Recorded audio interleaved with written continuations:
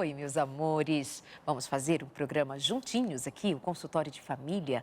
Mais uma vez, queremos desejar a você toda sorte de bênçãos. E que você seja abençoado com saúde mental, com saúde emocional, que a sua família seja visitada pela graça de Deus e que você experimente essa graça em todos os sentidos na sua vida. Hoje a nossa conversa é com a doutora Viviane Guimarães. Ela já esteve com a gente outras vezes, mas ela está lançando um livro onde ela põe aqui reflexões profundas da sua jornada em busca da sua saúde mental, quando a perdeu em algum momento e veio de volta ao sentido de qual era a parte a ser feita no cuidado com o seu quadro psiquiátrico. Nós vamos saber sobre reflexões de uma médica que se tornou paciente em uma UTI psiquiátrica.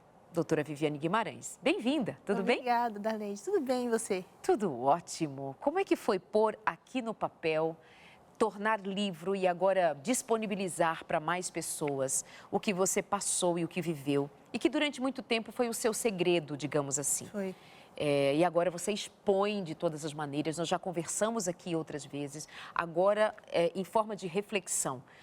O que está te movendo nesses últimos tempos? Olha, foi um desafio e um alívio ao mesmo tempo. Foi um desafio porque dá muito medo de você colocar coisas que ainda são tão estigmatizadas, né, como uma internação psiquiátrica, porque quando você imagina alguém internado no hospital psiquiátrico, o que você pensa? Num caos, né, num descontrole total. E ninguém quer passar uma ideia de que perdeu o controle. A gente quer manter a postura para as pessoas, né? Principalmente tendo a minha profissão como médica. Então, foi um desafio nesse sentido, mas foi um alívio porque eu acredito que me ajudou a curar aquilo que estava me machucando. Na medida que eu ia escrevendo, eu ia processando o que aconteceu, eu ia conseguindo entender o que aconteceu e colocando um significado novo em cima do que já tinha passado. Que lindo. E aí você tem aqui como título zoológico. Porque aí tem bichinhos ao longo do livro, né? As ilustrações. Por quê? Olha aqui, ó, tem um urso, aí tem zoológico. É um livro de bolso, um livro bem fininho, assim, fácil de ler. Fácil de ler. Não sei nem se é fácil de ler. Ele é uma leitura, vamos dizer, rápido e que flui. Mas tem uma exigência de refletir sobre o que você está dizendo, porque é uma leitura com esse propósito.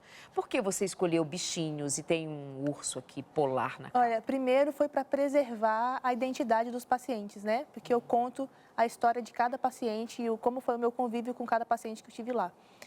Segundo, porque eu acho que ficou mais interessante para você desvendar o comportamento da pessoa, como é que ela era. Como é uma reunião de bichos, aí eu coloquei zoológico. E gostei do nome porque ficou zoo, né, de animais, e lógico, remetendo à mente, que é o que eu tenho a intenção de trazer, uma reflexão em relação à saúde mental. Você pode, então, dizer para a gente do primeiro capítulo, Peixe Fora d'Água, de quem você está falando aqui? É o peixe fora d'água. Bom, eu acho também interessante nós fazermos uma rápida revisão de qual é o seu diagnóstico. Meu diagnóstico é bipolaridade. Eu tenho transtorno afetivo bipolar tipo 1. E você sofreu com bipolaridade, assim, às escondidas, ou até ter um diagnóstico certo, durante quanto tempo? Muitos anos. Eu tenho sintomas desde os 14 anos de idade. E eu fui ter o diagnóstico aos 27 anos. Então, foram 13 anos sem diagnóstico. Você já estava casada? Já estava casada. Com um psiquiatra, inclusive. Exatamente. Que ajudou a dar o diagnóstico, no caso. Logo após o diagnóstico, eu segurei essa informação por mais ou menos 5 anos. Eu não contava para ninguém, né? Até ser internada. Depois da internação que eu decidi que eu não ia mais esconder, porque aquilo ali estava me fazendo mal. Você identificou que o segredo contribuía para que você se mantivesse naquela caverninha doente ali? No meu caso, sim. Eu não sei se isso é para todo mundo, sabe? Porque você deve levar em consideração o contexto de vida, a personalidade, o temperamento. Eu sou muito extrovertida, sou colérica, eu sou assim mais para fora. Então, segurar estava me fazendo muito mal. Falar foi uma coisa que me ajudou bastante. Já houve alguma situação em que você percebesse que havia ali algum preconceito, algum paciente deixou de ser atendido por você e você percebeu algo assim do gênero? Olha, de forma impressionante, eu ainda não cheguei nesse ponto. Uau. As pessoas foram muito mais acolhedoras do que eu imaginei. Eu achei que ia sofrer preconceito, que os pacientes talvez fossem deixar de ser atendidos por mim por causa disso. Mas, pelo contrário, muita gente me procurou por causa disso, entende? O que reforça a mensagem que eu quero trazer, que a gente precisa falar sobre esse assunto. Interessante. Né? Muito bem, doutora Viviane. Capítulo 1 do seu livro Zoológico Reflexões de uma médica que se tornou paciente numa UTI psiquiátrica vai tratar do peixe fora d'água. E você começa com um texto bíblico de Isaías 49:15, que diz: será que uma mãe pode esquecer do seu bebê que ainda mama e não ter compaixão do filho que gerou? Embora ela possa se esquecer, eu não me esquecerei de você. Esse paciente é um paciente muito especial para mim, porque ele foi a primeira pessoa que teve contato comigo lá dentro da UTI. Eu não queria falar nada com ninguém, eu estava muito mal, não queria conversar, não queria comer, não queria beber água. E ele que começou a implicar comigo. Você não vai falar nada? Cadê sua voz? Eu quero ouvir sua voz. E ele foi a primeira pessoa que conversou comigo. Só que ele ficou como peixinho fora d'água porque eu quis remeter àquele peixe de um filme chamado Procurando Nemo, que ele perde a memória, que é a Dory. A Dory, ela não tem memória. Então, esse paciente, ele também não tinha. Ele não lembrava se ele era casado, ele não lembrava se ele tinha filhos, ele não lembrava a profissão, ele não lembrava que ele tinha comido, ele não lembrava de nada. As coisas aconteciam e em poucos minutos ele já se esquecia. E era muito interessante ter um relacionamento com ele, porque não é porque ele perdeu a memória, desculpa, não é porque ele perdeu a memória que ele deixou de ser alguém. Claro. Ele tinha a sua história e isso foi muito bonito de ver. E aí eu conto nesse capítulo como que foi esse desenrolar de entender quem ele era, como que era lidar com alguém que perdeu a memória. Ele estava lá na UTI por causa disso, porque ele não tinha condição de conviver lá fora sem um diagnóstico correto e sem um tratamento adequado. Agora, Vivi, como é que você está ali enquanto paciente naquela UTI? E aí você consegue num dado momento se relacionar com aquelas pessoas e ainda posteriormente você vai escrever, ou seja, você carrega a história daquelas pessoas com você. Mas você estava como paciente. Vulnerável, né? Vulnerável. Mas eu tenho assim uma concepção de que, mesmo vulneráveis, a gente está absorvendo sempre do contexto o comportamento das pessoas. A gente foi criado como seres relacionais. Nós somos seres relacionais, Deus nos fez assim. Então, estando doente ou não estando doente, você absorve do contexto quem é aquela pessoa. Então, naquele momento, eu não estava fazendo esforço para escrever livro. Eu não estava fazendo esforço para falar, vou lembrar disso depois. Eu só estava prestando atenção, entendeu? E aí, em prestar atenção, eu aprendi muita coisa. Mas aí que está. Como é que você está prestando atenção se você estava sob efeito de medicação, você estava em crise, você estava dentro de uma UTI, você não era uma médica que entrou ali, deixa eu conviver aqui com essas pessoas e eu estou apenas com uma enxaqueca. Você estava numa crise bipolar muito forte. Eu não tinha como ignorar a ajuda que eu estava recebendo, porque essas pessoas que se relacionaram comigo, elas me ajudaram. E essa ajuda fica forte na minha memória, entendeu? Entendo. Então, ele ficava assim, Vivi, fala alguma coisa, você não vai falar nada, fala. E aí, quando eu cedi e falei, ele, olha que voz linda você tem. Olha como ele era generoso. Generoso, que voz linda você tem. Tem que falar comigo, fala comigo. E a gente começou a conversar. E eu perguntava, você é casado? Ele dizia, não sei. Você tem filhos? Não sei. Por que você está aqui? Eu não sei. Sabia nada. Mas como você não sabe? Eu não sei, eu não tenho memória. Você sabe o que aconteceu com você? Você tem algum diagnóstico? Não sei. Eu nunca tinha visto aquilo, assim, uma perda de memória tão intensa, sabe? Então, assim, ele foi importante para mim porque ele foi o que me fez querer ser reinserida no meio das pessoas, porque eu estava completamente isolada, apática. Não comia, não bebia nada. Eu comia alguma coisa, ele dizia assim, aê, comeu, batia palma. Comeu alguma coisa, parabéns. Você não pode perder essas coxas, ele falava assim. Olha isso.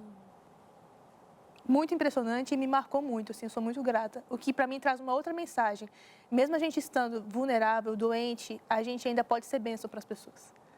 E eu acho isso muito lindo. Gente, alguém sem memória passa a ser um ajudador para outra paciente psiquiátrica dentro de uma UTI. Você faz ideia disso? De que, assim, de fato, todos, em alguma medida, em qualquer circunstância, pode sim ser um elo nessa corrente onde todos nós precisamos nos amparar, de cura, nos ajudar. Né? Isso é muito interessante para a gente se perceber em que elo nós estamos nos fechando como suporte para o outro. As suas palavras, o seu olhar, a sua presença, às vezes o seu silêncio já é extremamente ajudador num ambiente barulhento, por exemplo. O que você está percebendo de si para contribuir para o outro e o que você percebe da contribuição do outro para você. Para a gente ter essa noção de que há sempre uma troca. Sim, tinha um outro paciente que ele era muito medroso, ele tinha um transtorno de ansiedade severo. Foi o transtorno de ansiedade mais grave que eu já vivenciei na minha vida toda. E ele tinha medo de tomar banho, então ele não queria tomar banho. E aí, esse paciente eu denominei de coelho, porque o coelho não se aquieta, né? Ele fica lá com o focinho dele. E o peixinho, ele dizia para ele assim, vamos lá tomar banho, eu te ajudo. Vai lá tomar banho, eu fico lá perto de você.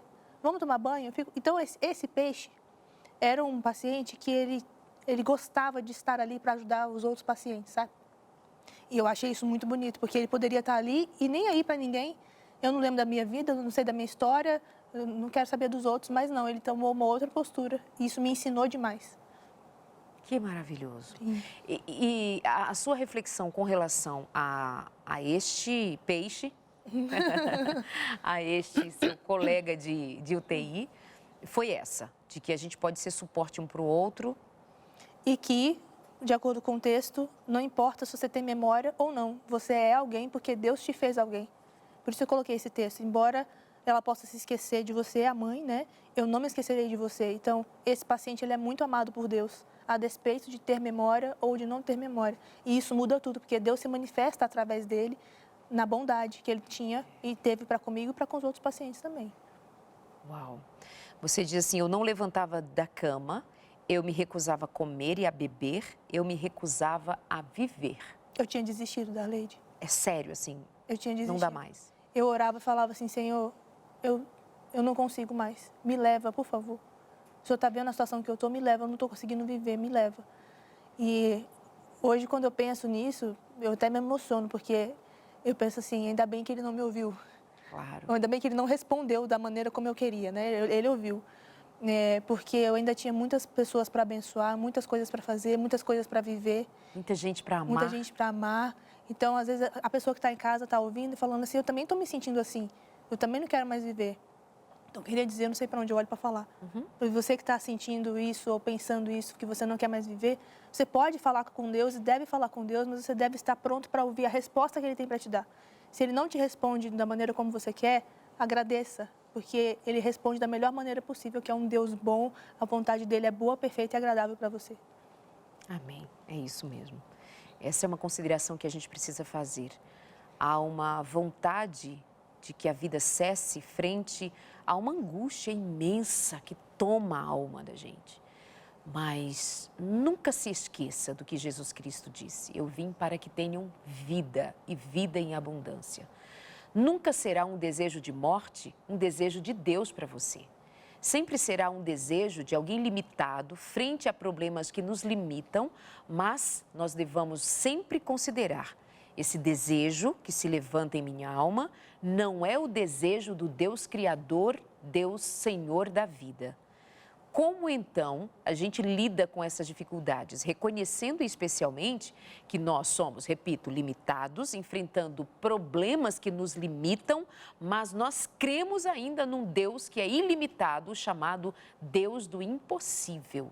A gente tem essa experiência forte com Deus, se não do nosso ponto de vista, por não termos ainda alcançado tal lugar, mas ao ouvir uma história como estas, fica assim muito claro, está provado. Nós cremos no Deus da vida. Qualquer outro convite, como o convite à morte, não vem do Espírito do Deus Todo-Poderoso, Criador. Bom, você fica quanto tempo em crise? Como foi até você ser levada à UTI? Foi repentino, dentro de um quadro psiquiátrico como o seu?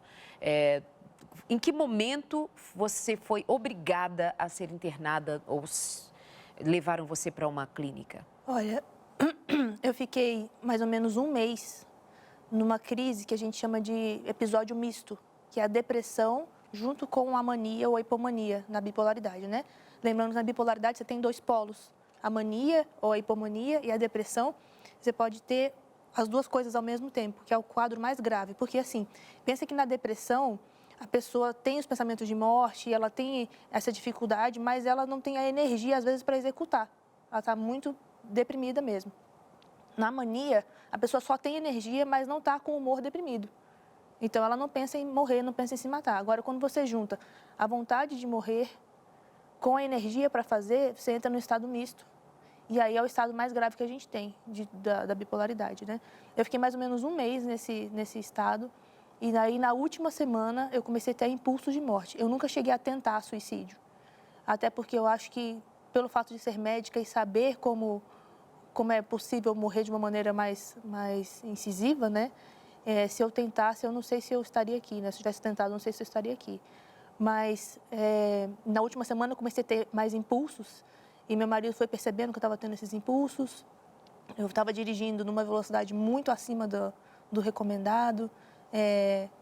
Alguns objetos cortantes em casa, e eu olhava para aquilo, ficava olhando para aquilo, e eu não tinha essas vontades antes, né? E aí chegou um momento em que eu tenho um impulso dentro de casa, meu marido me segura e diz assim, vamos para o hospital. E eu aceitei ir para o hospital, porque eu fiquei assustada com a minha própria reação. Então a gente foi para o hospital comum, e lá no hospital eu fui transferida então para o hospital psiquiátrico. Aí a gente vai de ambulância para o hospital psiquiátrico. Eu lembro que o Lucas, eu fui na maca, né? E aí ele disse assim pro enfermeiro, eu posso ir junto? Só se você for na maca também. E aí o Lucas falou, então me põe na maca. E aí o Lucas foi deitado junto comigo na maca. Olha! Para poder ficar perto de mim. E aí fui para o hospital psiquiátrico, chegou lá na UTI. O médico fala, olha, você vai ter que ficar na UTI psiquiátrica, porque o seu quadro é grave e não tem condição de você ficar numa unidade normal. E eu fico plena, dizendo, ok, tudo bem, ok. O que foi muito ruim, porque depois ele me explicou que essa negação me fez mal. Eu demorei muito tempo para entender o que estava acontecendo comigo, entendeu? Que o normal, quando você sabe que vai para uma UTI, é resistir, brigar com todo mundo, é falar, não vou, vocês estão errados e tudo mais, e eu fiquei plena. Mas não é porque eu estava plena, é porque eu estava em negação, sem entender o que estava acontecendo, né? Então, eu fiquei mais ou menos um mês, na sua pergunta, né? Fiquei mais ou menos um mês, e depois, a última semana, que foi uma semana mais pesada para mim. E quanto tempo de internação?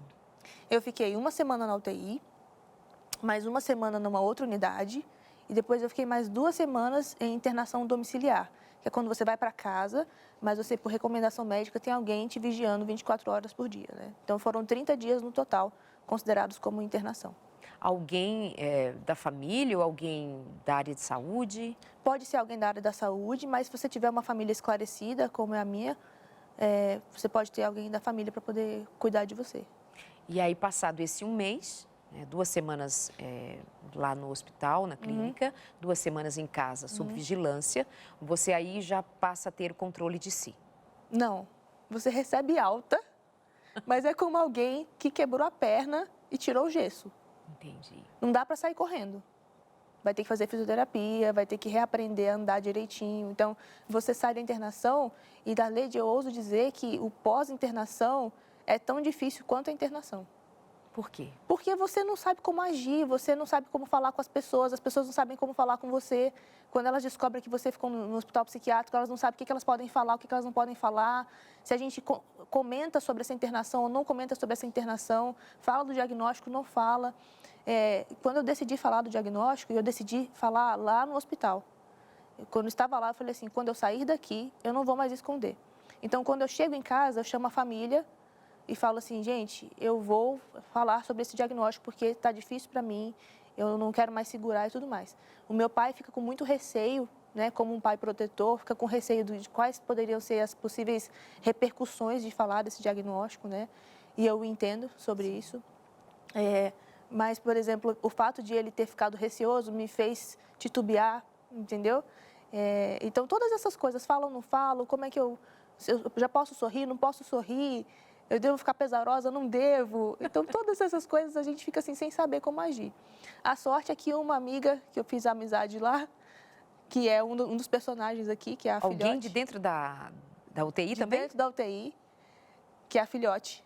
Ela me disse assim, quando você sair daqui, porque essa já era, sei lá, 5ª ou 6ª internação dela. Quando você sair daqui, você vai perceber que as pessoas não vão saber como falar com você. E você também não vai saber como falar com elas. Mas está tudo bem, vai ficar tudo bem. E quando eu saio e isso acontece, eu me lembro dela me dando essa orientação e falo, vai ficar tudo bem, mesmo assim. Era muito comum, Darley, as pessoas terem várias internações. Foi a minha primeira internação e, se Deus permitir, a última. Mas, assim, de todas as pessoas que eu conversei lá, 5ª, 6ª, 7ª, tem uma 13ª internação. Uau, então, as pessoas estão acostumadas. Sim, elas vão e voltam, vão e voltam, vão e voltam. É difícil conseguir uma reabilitação. Por isso que eu levei tão a sério tudo após a internação eu levo muito a sério, porque eu não quero voltar nunca mais. Eu sou humilde para entender assim, se eu precisar voltar, tudo bem, eu vou voltar. Mas o que está no meu alcance para ser feito para não voltar, eu vou fazer. E o que você tem feito? Várias coisas, por exemplo, exercício físico é inegociável.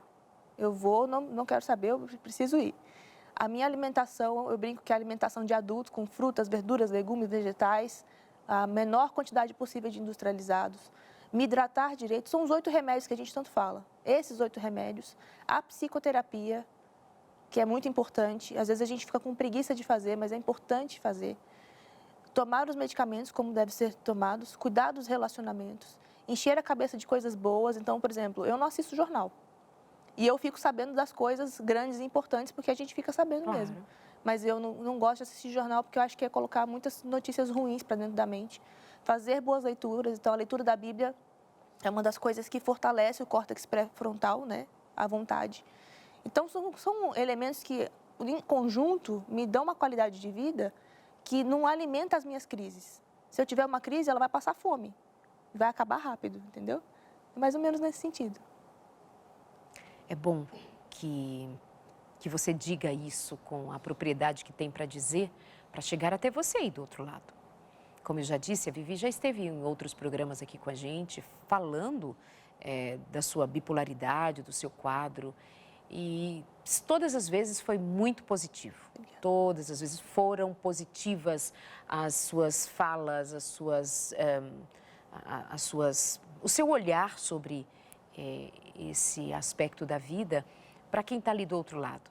No que diz respeito a contar, no que diz respeito a saber lidar, a aprender, quando, claro, como já dito, há uma possibilidade que lhe favoreça contar, né? Há outros que é melhor se resguardar. Mas quando a gente joga luz sobre alguma dificuldade que a gente tenha, quando estamos seguros de que é a nossa jornada. Como é que você vai passar uma vida inteira se escondendo? Exatamente. Como é que você vai passar uma vida inteira em negação? Como é que eu vou impedir que o suor saia pelos meus poros? Então, é muito benéfica a tua fala, muito benéfica a tua presença. Por sua formação, por ser uma médica, por ser casada com um psiquiatra, por ter essa liberdade de dizer dessa maneira, é fazer alguém ali do outro lado se identificar, ao menos que fique em segredo, mas ela diz, tem alguém que me entende, tem uma história com a qual eu me identifico. Olha, eu quero lembrar para você, cuidar da saúde também, a revista Mente Feliz é um manual para isso. Um psiquiatra, Dr. César Vasconcelos, ele se debruçou sobre temas que ele considera ser assim os mais significativos para que a gente elabore, para que a gente fale a respeito, para que a gente leve em consideração o cuidado com a mente. Tem cura para a ansiedade? Tem jeito para a depressão? O que a gente faz com os relacionamentos que muitas vezes, entre estes relacionamentos, pode estar ao menos um deles que desencadeie um sofrimento mental importante e a gente vai precisar pôr o dedo na ferida. A gente não vai conseguir ser curado, ser sarado, permanecendo no ambiente que nos adoece. Nós não conseguiremos facilmente e nem dificilmente, nós vamos conseguir nos curar no mesmo lugar onde nós somos feridos continuamente. Como estão os teus relacionamentos? Como estão as tuas vivências? Compulsões. Você é alguém que lida com compulsão? Compulsão alimentar, compulsão por compras, compulsão por comida, como eu já disse, né? Alimentar. Você tem compulsão por sexo, tem compulsões diversas. Você é alguém assim, que não tem controle, que não consegue administrar a vida? O que você diz sobre controle emocional? E as doenças psicossomáticas, conhece? Tristeza e depressão. Você sabe fazer a diferença entre tristeza e depressão? E perdão. O que você diz sobre perdoar? Será que o teu coração está assim amargurado, já criando raízes de amargura que se espalha por todo o teu corpo? Está assim, ó, apertando o teu coração, está apertando a tua mente, tua garganta, tem um nó na garganta o dia inteiro. Será que é de raiva, de ressentimento de alguém? Será que é uma dificuldade de perdoar, um choro contido, um grito que não passa dali porque você se prende com tudo que te fere continuamente? Tem a ver com perdoar alguém, liberar perdão? Queremos ajudar você. Mente feliz. Uma vida leve começa aqui. Eu estou te oferecendo a oportunidade de você ligar e pedir saúde. Olá, como vai você? Boa tarde, boa noite, bom dia, como for. Tem saúde aí para mim? Eu vim buscar saúde mental. O que você tem para mim? E aí uma das nossas atendentes vai indicar para você mente feliz. Uma vida leve começa aqui. 12 21 27 31 21. 12 21 27 31 21. Depois não diz que você não tem amigos, que ninguém se importa, que ninguém pega a sua mão e sai pela vida caminhando melhor com você. Estou aqui para ser sua amiga, Novo Tempo é sua amiga, nós estamos de mãos dadas. Doutora Viviane está aqui com amizade e amor para te fazer repensar a vida e saber que tem esperança e tem um jeito de a gente sorrir de novo, mesmo depois de uma internação psiquiátrica. É verdade. E viver bem, viver plenamente como a Vivi tem vivido. Vivido. Com a sua profissão, atendendo, servindo, amando, viajando, sendo feliz, casada, bem casada, adorando a Deus, testemunhando. Bendito seja Deus. Amém. 21, 27, 31, 21, nós vamos para o intervalo, é o tempo de você ligar. Isso é estratégico. Eu chamo você para ligar agora, você liga, resolve o assunto e continua com a gente por aqui, porque esse é o seu consultório. Até já.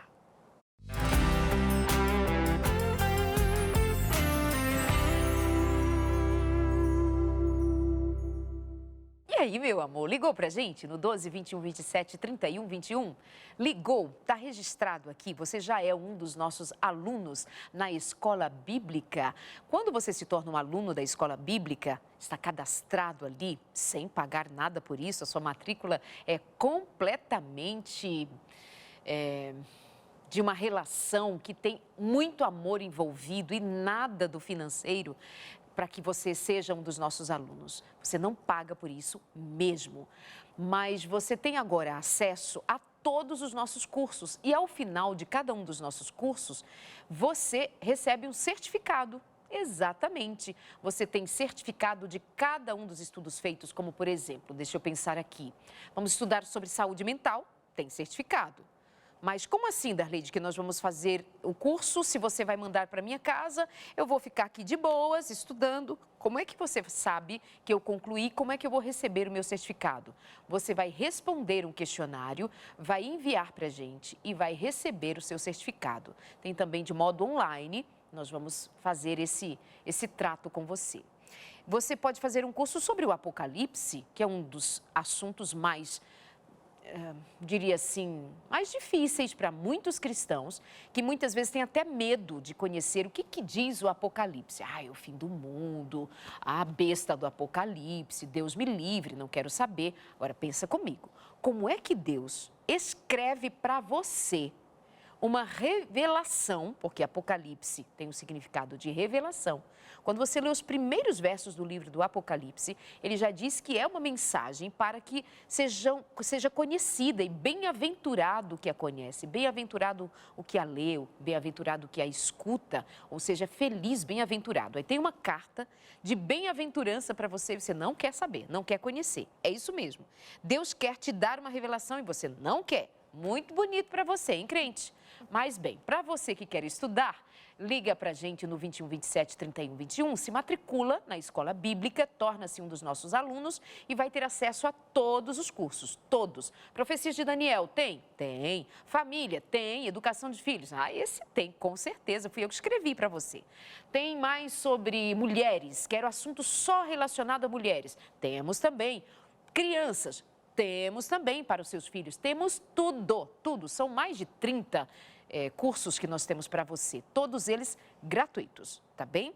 12, 21, 27, 31, 21. E a gente continua por aqui com a doutora Viviane Guimarães, que acaba de escrever mais um livro agora sobre a sua jornada numa UTI psiquiátrica. E ela conheceu ali muitas pessoas interessantíssimas. E ela, ao escrever, deu a cada um deles, assim, uma identidade como de um bichinho. Então, nós já vimos aqui no nosso primeiro momento, peixe fora d'água. Alguém que não tinha memória, mas lá dentro foi fundamental para que ela lembrasse que ela ainda tinha uma missão linda pela frente. Aí eu estou aqui me deparando nos capítulos, ela escreveu sobre um urso. Quem é o urso, querida? Ou é uma ursa? Eu conto? Você conta ou eu conto? Vou contar o urso. O urso sou eu, Darleide. Como é que você se identificou com o urso? Para mim, é um animal que ele, quando ele está andando nas quatro patas, ele parece inofensivo e fofinho. Mas quando o urso levanta e ele brame, né, que é o barulho que ele faz, as pessoas saem de perto porque sabem que ele pode ser perigoso. E eu estava me sentindo, assim como esse urso, pesada, andando nas quatro patas, me sentindo inofensiva, me sentindo assim, frágil, me sentindo vulnerável. Até que eu me relembrei da minha missão.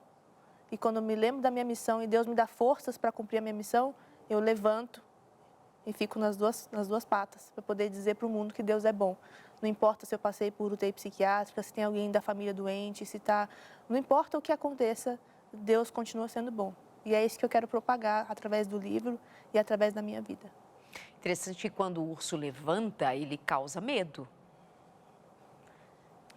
Ele causa medo, mas também ele causa, acho que um impressionamento, talvez. Ele impressiona. E o que eu quero não é gerar o medo, mas é impressionar a pessoa com uma mensagem forte, dizer assim, Deus é real e Deus é bom. Não importa qual a doença que você tem, não importa o que você está passando. Você é amado também. Você é amado, você tem condição de levantar e continuar. Ah, mas você não sabe o que eu passei, eu quis morrer, eu tentei suicídio. Não importa, não importa. Você ainda está vivo, né? Você ainda tem uma esperança pela frente. Se está vivo é porque Deus permitiu que continue. Em algum momento você lidou com a culpa? Muito. Vários momentos. Como era essa culpa? Porque, pensa assim, Darleide, eu sou de uma família cristã, a vida toda eu amei Jesus, ouvi que Jesus me ama, que Ele tem o melhor para mim. E quando eu me deparo com essa necessidade de, Senhor, eu preciso morrer, eu não quero estar aqui mais, eu não aguento mais, isso me soa tão ingrato.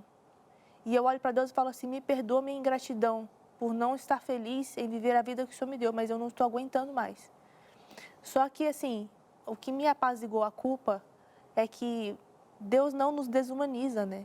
Deus, Ele entende a nossa dor, Deus, Ele entende o nosso sofrimento e Ele quer que a gente vá até Ele com o sofrimento, entregue a Ele o sofrimento, que foi o que eu fiz.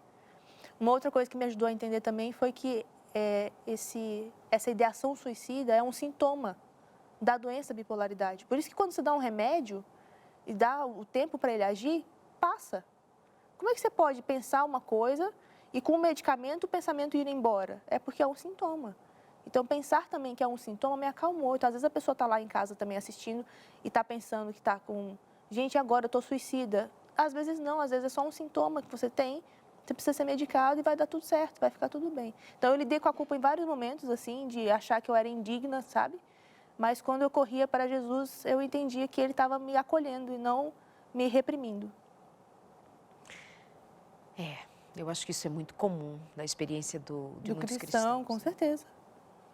Da família da qual você veio, filha de pastor. Ei, você tem tudo, você é tudo. médica, seu marido é médico, você tem irmãs, você tem amigos, você... Nossa, mas a gente está numa situação que nada disso importa quando a gente está vulnerável desse jeito, sabe? Quando você está querendo morrer. Você disse que recorria a Jesus e Ele te acolhia. Mas é comum que pessoas com algum transtorno psiquiátrico, alguma condição mental assim, não se relacione bem com religião, com Deus, porque passa a ser distante, enfim, a depender desse sofrimento. Como era com você? O tempo todo você tinha ciência, Deus me ama e eu o amo, ou em algum momento você se desconectava da fé? Em alguns momentos eu me sentia abandonada, porque eu queria que o sofrimento passasse. Então eu entendi assim, se Deus tira meu sofrimento, Ele está me respondendo e vai ficar tudo bem. Se Ele não tira meu sofrimento, Ele está vendo que eu estou sofrendo e está me deixando sofrer, está me abandonando. Mas essa é uma uma distorção cognitiva, não é verdade. Assim, quando você lê a Bíblia, você vê que muitas pessoas sofreram e Deus estava cuidando delas, por exemplo, Jó. Deus continuou cuidando de Jó, mesmo ele sofrendo. Então, a gente corrige essas distorções cognitivas pela palavra. E por isso que é muito importante a gente estudar a Bíblia, estudar, se debruçar na Bíblia, para que quando a gente estiver nesses momentos de vulnerabilidade, a gente tenha os conceitos corretos a respeito de quem Deus é e de como Ele age. Senão a gente não entende como Ele age, e aí no sofrimento a gente entende menos ainda. Então eu creio que o estudo da palavra prévio me ajudou muito a entender o meu sofrimento no momento em que eu estava vulnerável. Não sei se me fiz entender. Sim. Você tinha bagagem anterior. Exatamente. No momento de vulnerabilidade, você recorreu àquela bagagem de alguma maneira, ela estava ali te preservando do desespero, do sentimento de abandono total. Havia sensações em momentos específicos, mas não era um contínuo. Não era contínuo. Tanto que a filhote de tigre, que é um outro personagem, né? Ela me questiona sobre Deus. Lá dentro da UTI? Dentro da UTI. Ela disse assim, eu tenho pavor de crente, mas eu quero saber por que você acredita. E aí eu conto para ela a história de José. Me veio na hora, na cabeça, a história de José. E poder contar para ela a história de José me fortaleceu, porque eu lembrei que José, ainda na prisão, ele glorificava o nome de Deus. Então, assim, eu diria para quem está em casa que, por favor, estude a Bíblia, porque estudar a Bíblia vai fazer a diferença. Para mim, fez diferença entre a vida e a morte, no momento em que eu estava muito Só vulnerável. isso, né? A diferença entre a vida e a morte, só isso. Para mim, essa é a diferença entre a vida e a morte. Uau! Que bem você vê que fez aquelas pessoas lá dentro. Como, por exemplo, algo assim, de que alguém te questione quanto à sua fé e você... Não se esqueça, nós estamos falando de um ambiente hospitalar, UTI psiquiátrica. Sim. E olha o que está acontecendo ali dentro. Olha para dentro e vê como se movimentam aquelas pessoas que estão ali. Elas têm dignidade, elas têm história, elas têm sentimentos, elas têm emoções.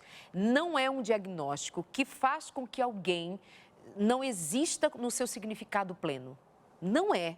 Você não é menos porque tem depressão, você não é menos porque tem um quadro ansioso diagnosticado ou não, você não é menos, mas se nós falarmos em termos de diagnósticos, porque aí fica mais pontual ainda, você não é menos porque toma uma medicação. E a gente vê muita negação,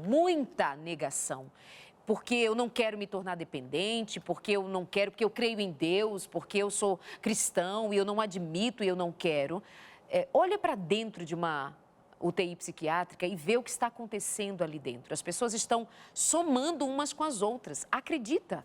Por quê? Porque elas mantêm sua dignidade, seu valor, elas mantêm-se conectando-se a outras. Isso é importante de a gente considerar, porque eu sei que você aí, no fundo do poço, acha-se um lixo e que ninguém se importa, que ninguém vê, nem dentro de uma UTI psiquiátrica, isso é uma realidade.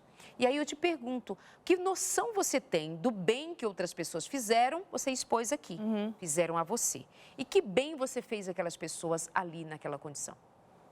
Olha, eu gostaria primeiro de ouvir da boca delas, né? Qual bem que eu fiz, mas eu acredito que uma mensagem que eu tentei passar o tempo todo, porque a mensagem que eu precisava naquele momento, é de que alguém te ama. E você não está jogado aqui na UTI porque você foi esquecido. Alguém te ama muito. E tem coisas para fazer lá fora. Quando você está lá dentro, você pensa que às vezes sua vida vai acabar ali, que não tem nada mais para você lá fora. Mas eu acho que é o contrário, justamente tem alguém que te ama e tem coisas lá fora, tem coisas aqui para acontecer com você e para você fazer acontecer com outras pessoas também. Que bonito. Bom, vamos então a alguns outros personagens daqui? Vamos. Alguma coisa mais para dizer da Ursinha? Nós vamos dizendo ao longo do nosso papo, né?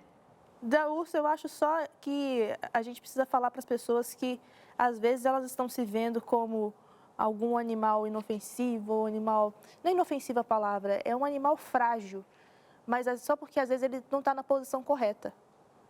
O urso, ele só é daquele jeito inofensivo e frágil porque ele está andando numa posição, mas em outra posição, ele tem um outro poder.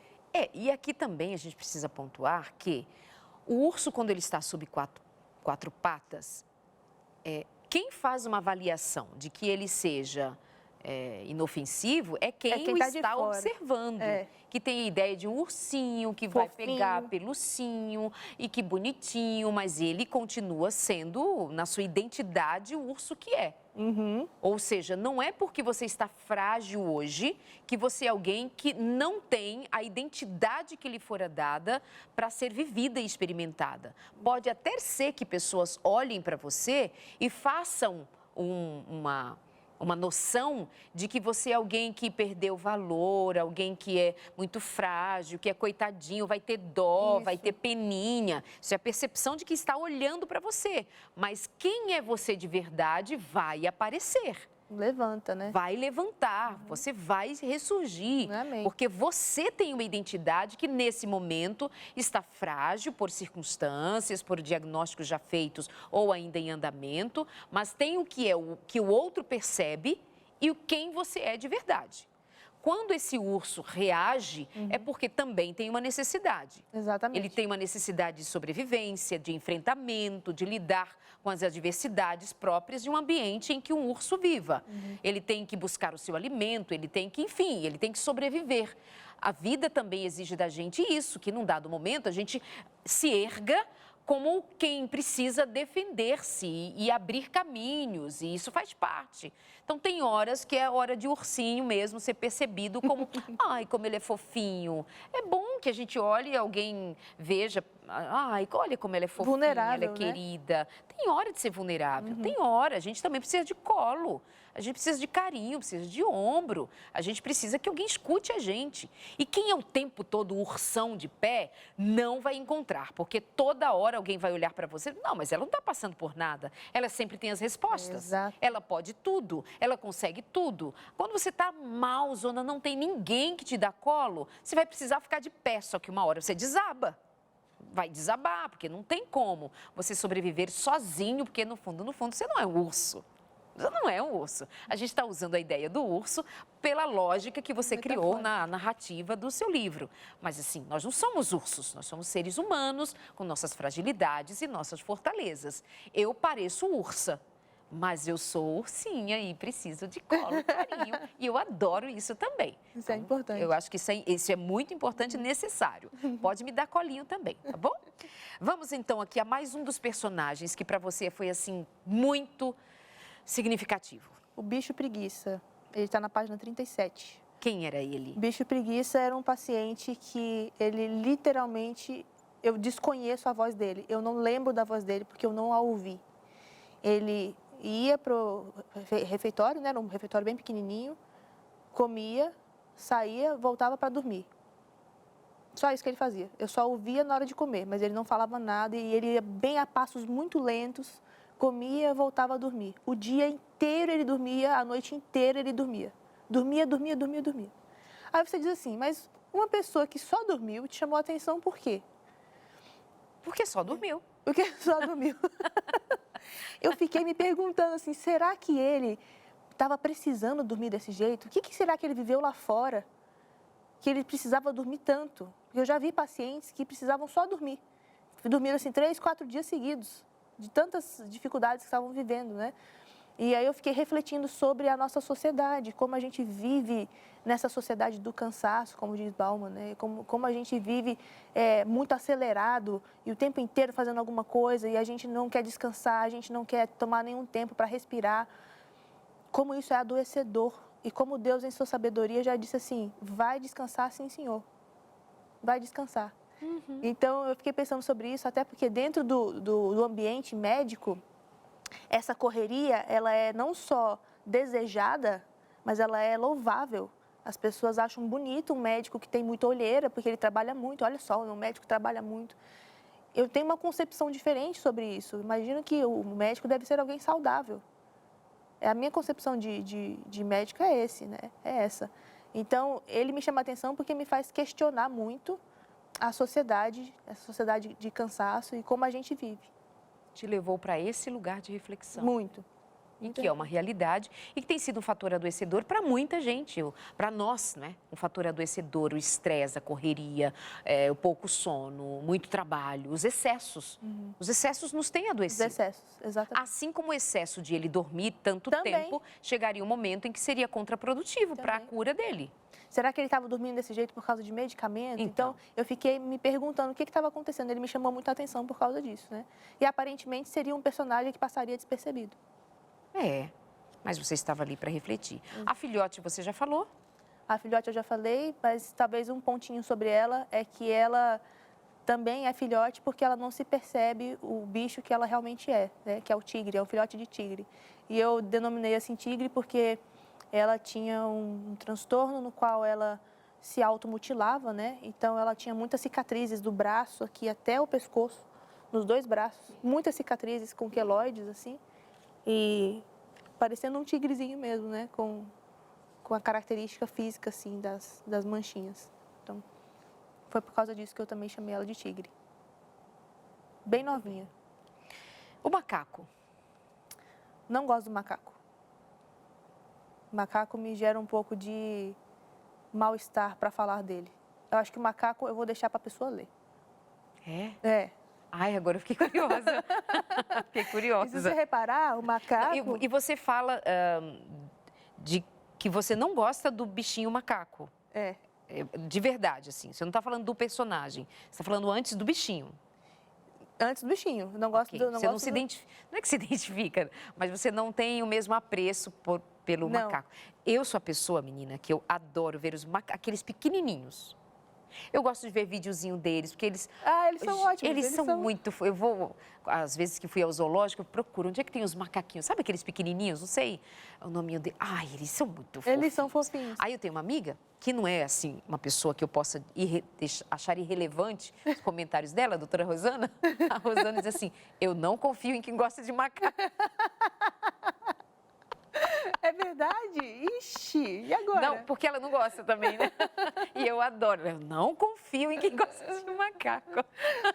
Eu não gosto desse macaco. Muitos macaquinhos, pobres. Coisa mais linda, gente. Criação de Deus também. É verdade. Então você não vai dizer nada do macaco. Não, é que esse macaco, se você reparar nele, ele é sorridente, tá vendo? Ele é sorridente, ele é brincalhão. Espera aí, tá em que página aqui? Deixa eu abrir aqui de 33. novo. 33.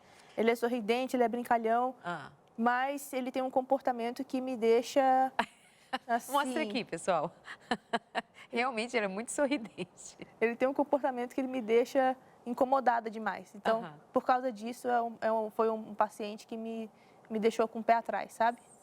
E ele era assim, bem alegrão? Ele era alegrão. Ele era brincalhão. O que a alegria te causou ali dentro? Não foi mulher? Alegria, foi outra... Mas vocês vão ter que ler. Tá bem, tá bom. Introdução, deixa eu ver aqui, prefácio desse livro, legal, pelo pastor Robson Aleixo, prefácio aqui. Bom, vou ler a seguir. O pastor Robson Aleixo, que em muitos momentos acompanhou você, né? Sim. Em muitos momentos foi a voz pastoral que andou com você em momentos bem dramáticos. Com certeza. É alguém que é especial na sua jornada. Muito especial, tanto como amigo, tanto como um pastor. A clareza que ele me trouxe de alguns aspectos da Bíblia mudou a minha forma de encarar várias coisas, inclusive o sofrimento que eu passei. Né? A gente é muito imaturo, eu acho, em muitas coisas espiritualmente. Então a gente vai para Deus reclamando como uma criança, né?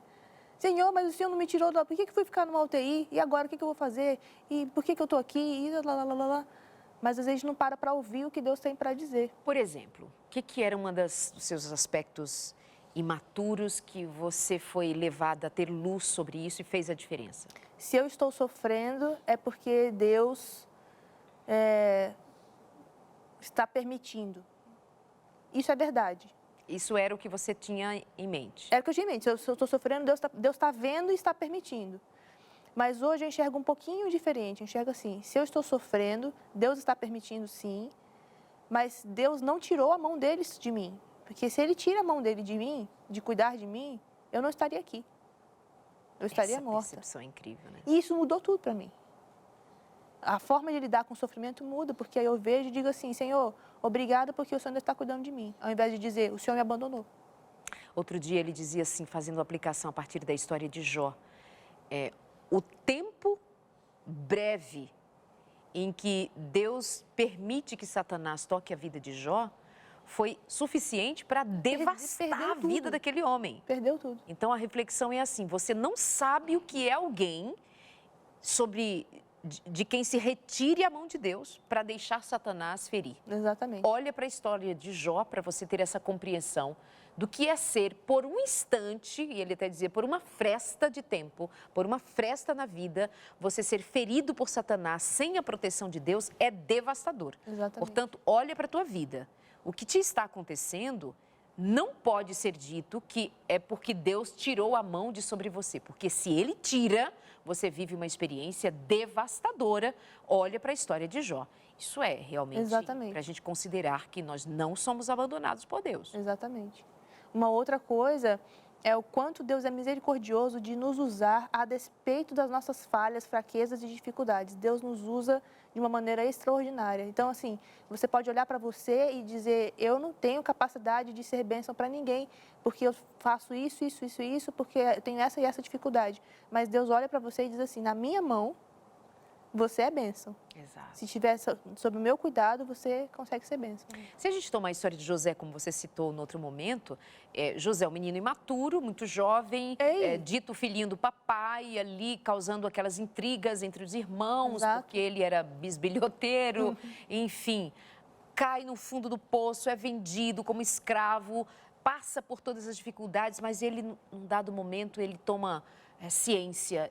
Para esse tempo o Senhor me levantou, me trouxe aqui. Ele levanta e fica nas duas patas. Levanta e fica nas duas patas, né? Deus o levanta. Aí ele vai e é preso injustamente. E dentro da prisão ele continua sendo uma bênção. Ele é quem ele é, por onde ele vai tomado de quem ele é em Deus, ele vai causando por onde passa repercussões para a vida. E olha aqui nós falando a respeito dele, né? Nós estamos falando a respeito de José, há quantos milhares de anos.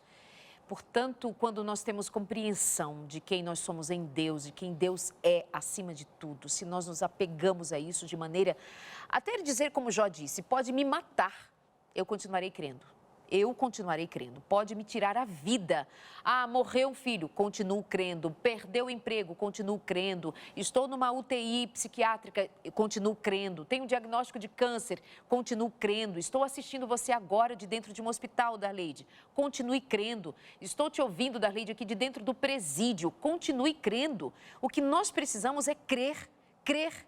Porque nós vemos e veremos sempre o agir de Deus no modo em que Deus se revela, no modo em que Deus é. Mas a gente precisa crer, muitas vezes passando pelo vale da sombra e da morte. Amém. O Senhor é meu pastor e nada me faltará, ainda que eu ande pelo vale da sombra e da morte. Aquele que diz que o Senhor é pastor e nada lhe faltará, admite que tem um vale de sombra e de morte para passar, mas não passará sozinho. Feliz aquele que sabe, há um vale de sombra e de morte pela qual eu venha passar, mas eu não estarei só. Essa é a diferença. Você não estava só dentro da UTI. Amém. Nem antes, nem nem lá e nem depois. É verdade, amém. Obrigada, Vivi. Eu que agradeço, Darleide. O pessoal pode encontrar o seu livro acessando o seu Instagram? Com certeza. Pode ser? Pode. Então tá, vocês visitam o Instagram da doutora Viviane Guimarães, eu garanto para você que essa leitura é uma delícia, é de muito aprendizado, muito, muito, muito, muito. Muito obrigada. Eu que agradeço. Deus te abençoe muitíssimo. Amém. Dito isso, meus amores, lembro mais uma vez para você, vamos cuidar da mente. Como é interessante ouvir a história da doutora Viviane, que superação, que mudança, que virada, ela admitir, fazer o tratamento, ser dedicada e viver a sua vida plenamente, plenamente. E você, faz o quê? Pela sua saúde mental, por você, pela sua família, pelos seus relacionamentos, porque o seu cuidado hoje, ele reflete em muito maior medida no cuidado com o seu casamento, com a sua profissão, com o seu relacionamento com os demais familiares, com os seus amigos, o estar aqui. Essa é uma fortaleza que não fica só em você, ela se desdobra para tudo à nossa volta. Você quer dar uma oportunidade para a vida? Uma oportunidade para a vida, porque a morte já nem precisa de oportunidade, ela está aí. Ela nos ronda, ela nos cerca, ela está aqui. Agora, que oportunidade a gente vai dar para a vida, para que a vida prevaleça e vamos tomar o urso, né, como a vida que se ergue para, reagindo, abrir caminho e continuar vivendo. Como é que você vai fazer? Minha sugestão de hoje, ouvir essas palavras, ler o livro da doutora Viviane, pedir a revista Esperança Novo Tempo, Mente Feliz e cuidar da sua. Ah, que bonita a história dela. Quero saber se vai ser bonita a sua história também. E eu creio que sim. 12 21 27 31 21. É o telefone de você ligar e pedir saúde. Tem saúde aí, por favor? 12 21 27 31 21. Muito obrigada por sua companhia. Adoro ter você aqui com a gente no consultório. Doutora Viviane, mais uma vez, obrigada. Eu que agradeço, sucesso Aleide. em toda a empreitada da vida. Beijo para você, meus amores, e pensem bem. Deus é nossa fortaleza. Amém. Nele nós podemos confiar porque não nos faltará. Ele não nos abandona. Creia nisso. Obrigada mais uma vez por sua companhia. A gente se encontra na semana que vem em mais um consultório ou todos os dias às 2h30 da tarde no Entre Família. Beijo e até lá.